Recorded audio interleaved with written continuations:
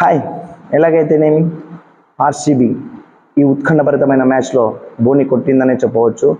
అయితే అంతకు ముందుగా చూసుకున్నట్టయితే ఆర్సీబీ టాస్ విన్ అవగానే బ్యాటింగ్ తీసుకోకుండా బౌలింగ్ తీసుకుంది. బికాజ్ చిన్నస్వామి స్టేడియంలో ఫస్ట్ బ్యాట్ కంటే సెకండ్ బ్యాటింగ్ ఇట్స్ వెరీ ఈజీగా చేయొచ్చు అనమాట. ఎంత స్కోర్ ఉన్నప్పటికీ కూడా సెకండ్ బ్యాటింగ్ అనేది ఇట్స్ వెరీ, అయితే మనకి ప్రిడిక్షన్ చూసుకున్నప్పటికీ కూడా పిచ్ రిపోర్ట్ సెకండ్ ఇన్నింగ్స్ అనేది ఎక్కువ పర్సెంటేజ్ విన్నింగ్ పర్సెంటేజ్ ఉందని చెప్పవచ్చు. అయితే good decision for that captain అయితే మంచి డిసిషన్ తీసుకోవాలని చెప్పవచ్చు. ఇక పంజాబ్ బ్యాటింగ్ విషయానికి వచ్చినప్పుడు ఫస్ట్లోనే సిరాజ్కు అటాక్ చేస్తున్నారు వాళ్ళు ఫస్ట్ ఓవర్లోనే. అయితే దయాల్ వచ్చాడబ్బా, ఏ మాత్రం బ్యాట్స్మెన్స్కి ఊపిరి ఆడినివ్వకుండా ఎక్సలెంట్ బౌలింగ్ చేశాడు అనుకోండి, సూపర్. మరి next over third over Siraj వేసినప్పుడు సిరాజ్కి మళ్ళీ కొట్టడం మొదలెట్టారు. మళ్ళీ వెంటనే దయాల్ రావడం, మళ్ళీ మంచి లైన్ అండ్ లెంత్ వేస్తూ అవుట్ స్వింగ్ ఇన్ స్వింగ్ వేస్తూ సూపర్గా బౌలింగ్ వేయడం జరిగింది. అంతేకాకుండా ఈ యొక్క సీజన్లో చూసుకున్నట్టయితే పవర్ ప్లేలో 40 రన్స్ ఇప్పటి వరకు పవర్ ప్లేలో 40 రన్స్ మాత్రమే కొట్టించారు బెంగళూరు ఇప్పటివరకు. ప్రతి మ్యాచ్ ఇంతకు జరిగిన మ్యాచ్లో కనుక చూస్తే పవర్ ప్లేలో ఖచ్చితంగా 50+ ఉండింది. ఇట్స్ పవర్ ప్లేలో అసలు అట్లాంటి బ్యాటర్స్ని పెట్టుకొని కూడా వెల్ బౌలింగ్ వేస్తూ మంచిగా కంట్రోల్ చేశారబ్బా. బెంగళూరు గెలవడానికి ద ఫస్ట్ పాయింట్ ఏంటంటే పవర్ ప్లేలో తక్కువ రన్స్ రావడం అనమాట. Very very very super bowling అని చెప్పవచ్చు. ఇంక వెంటనే రావడంతో అప్పటికే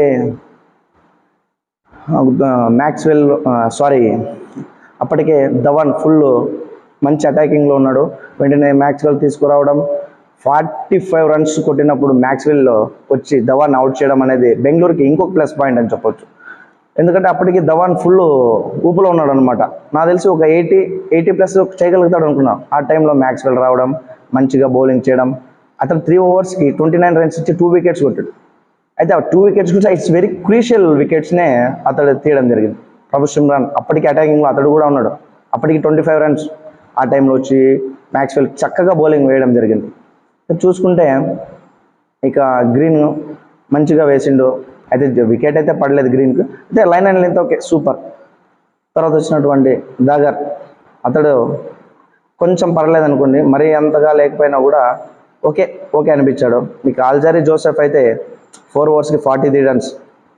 ఇట్స్ వెరీ ఎక్స్పెన్సివ్ బౌలర్ అని చెప్పవచ్చు అనమాట. అయితే అటు పక్కన చూసుకున్నప్పుడు బ్యాటింగ్ లైనప్లో చూసుకున్నప్పుడు ఎవరు పార్ట్నర్షిప్ బ్రేక్ చేయడానికి ద ఇంపార్టెంట్ టైంలో వికెట్ పోతుంది అనమాట. పంజాబ్ బ్యాటింగ్ బాగానే ఉంది, మంచిగా చేస్తుంది బ్యాటింగ్ కూడా, ఎక్కడ కూడా ఎటువంటి ఇబ్బంది లేకుండా ఇట్స్ ఎక్సలెంట్ బ్యాటింగ్. ఒకవేళ ప్రభు సిమ్రాన్ ధవన్ యొక్క పార్ట్నర్షిప్ని బ్రేక్ చేయకుండా కనుక ఖచ్చితంగా 200+ వెళ్ళేదన్నమాట.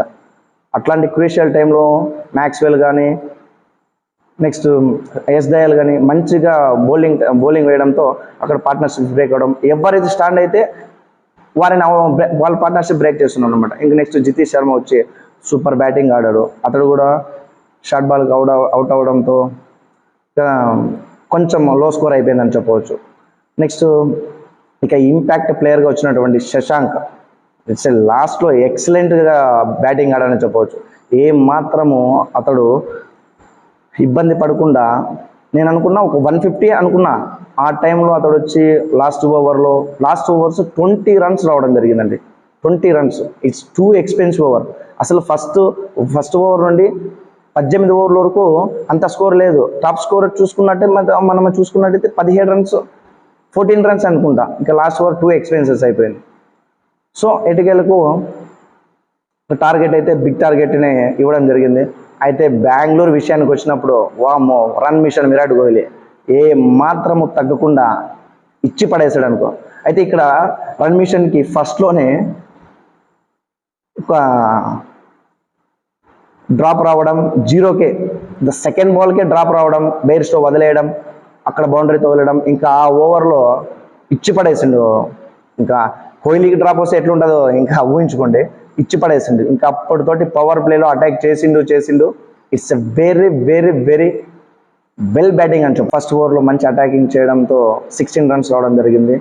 నెక్స్ట్ రాగానే రబడా రావడంతో వెరీ వెరీ ఎక్కువగా స్ట్రగుల్ అయ్యాడండి ఈరోజు మ్యాచ్లో. అసలు బెంగళూరు హోమ్ గ్రౌండ్ తనకు అసలు ఇచ్చి పడేస్తాడు అనుకున్నా. విరాట్ కోహ్లీ కంటే అతడే బాగా ఆడతాడు అనుకున్నా. ఫస్ట్ విరాట్ కోహ్లీ అయితే మంచి అటాకింగ్లో ఉన్నాడు, డ్రాప్ వచ్చిందని చెప్పేసి ఎక్కడ తగ్గకుండా ఇచ్చి పడేస్తుండో. ఇక ఫ్యాబ్ అయితే స్ట్రగుల్ అయ్యి అవుట్ అవ్వడం జరిగింది. ఇక నెక్స్ట్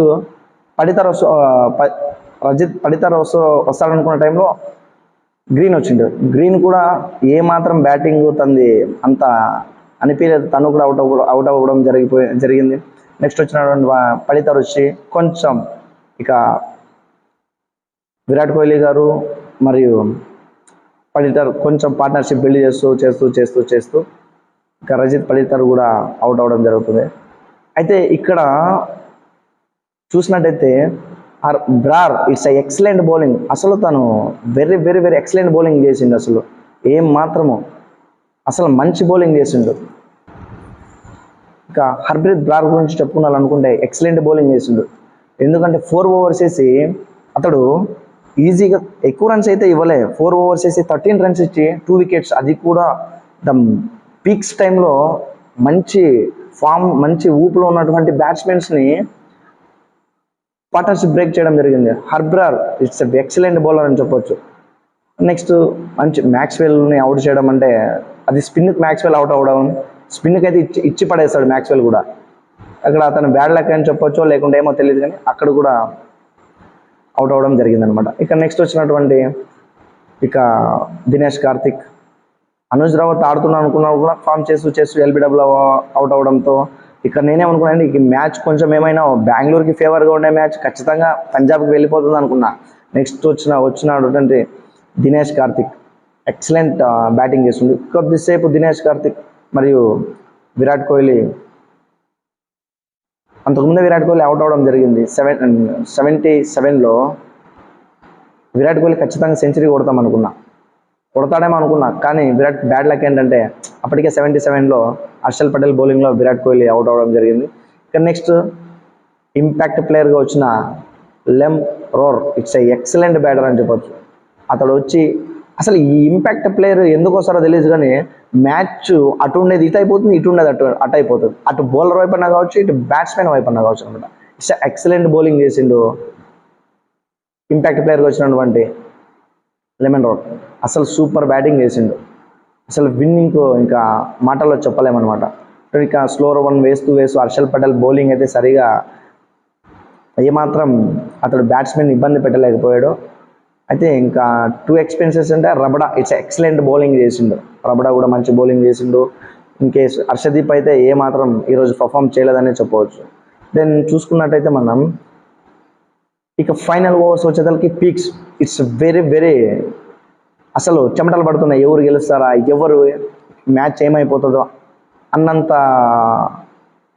టైంలో ఇక దినేష్ కార్తిక్ 12 balls 24 runs ఇచ్చి పడేసిండు. అసలు ఎక్కడ తగ్గలే. అంతకుముందు ఓవర్లో చూసుకున్నట్టయితే లెమన్ రోడ్ అతడు కూడా అంతే. ఆ ఓవర్లలో ఒక బౌండరీ రావడం, ఒక 6 ఒక 4 రావడంతో మ్యాచ్ ఖతం. ఇక 6 balls 10 runs, sorry 6 balls 10 runs or 11 runs ఆ టైంలో ఉన్నప్పుడు ఇక ఫస్ట్ బాల్కే మనోడు దినేష్ కార్తిక్ మంచి షాట్, అతని ఫేవరెట్ షాట్ అనుకుంటాను, క్రౌడ్లో కొట్టేసిండు. ఇక నెక్స్ట్ బాల్ వైడ్ వేయడంతో అప్పటికే ఇంకా పంజాబ్ ఇంకా మేము మ్యాచ్ అయిపోయిందిలే అనుకునేసారు. ఇక నెక్స్ట్ బంతికి వైడ్ వేయడం, ఇంకా లాస్ట్ బాల్కి తను 4th మ్యాచ్ విజయం అనేది క్లియర్ అయిందన్నమాట. అయితే ఈ యొక్క 2 మ్యాచ్లను కూడా చూసుకుంటే పంజాబ్ ముఖ్యంగా ఓడిపోవడానికి కారణం ఏంటంటే ఇటు బ్యాటింగ్లో సరిగా స్టార్ట్అప్ రాలేదు, అటు బౌలింగ్లో కూడా రాలే. ఇక ఫీల్డింగ్ మిస్ ఓ లెవెల్లో ఉంటుంది అసలు ఫీల్డింగ్ మిస్. సో మెయిన్లీ మంచి రన్స్ ఇవ్వాల్సిందే చిన్నస్వామిలో కాబట్టి I expect 190 runs it's the best score, it's a winnowing score. First innings 190. So it's a Punjabis ఈరోజు ఓడిపోవడం జరిగింది. ఓడిపోవడానికి ద మెయిన్ రీజన్స్ వచ్చేసి మంచిగా బ్యాటింగ్ పర్ఫామ్ చేయలే, బౌలింగ్లో కూడా పర్ఫామ్ చేయలే. It's a main reason. Fielding అయితే ఏమంత చెప్పదగ్గలే, మిడిల్లో ఓకే ఫీల్డింగ్ వచ్చింది అనమాట. ఇక ఆర్సీబీ గెలవడానికి మెయిన్ రీజన్ అసలు మంచి బౌలింగ్ వేసిండు, ఎక్కడ కూడా డ్రాప్ అనేది లేదు catch. Excellent fielding, excellent bowling, excellent batting. The స్టార్టింగ్లోనే మంచి రన్స్, ద పవర్ ప్లేని వాళ్ళు ఏ విధంగా యూజ్ చేసుకోవాలో ఆ విధంగా యూజ్ చేసుకోగలిగారు. అందుకనే ఆర్సీబీ బోనీ కొట్టిందని చెప్పవచ్చు. అయితే వెల్ నెక్స్ట్ మ్యాచ్తో ఆర్సీబీ ఆల్ ద బెస్ట్ చెప్తూ థ్యాంక్ యూ. ఈ వీడియో మీకు కనుక నచ్చినట్టయితే లైక్ చేయండి, షేర్ చేయండి, నా ఛానల్ని సబ్స్క్రైబ్ చేయండి. Thank you guys.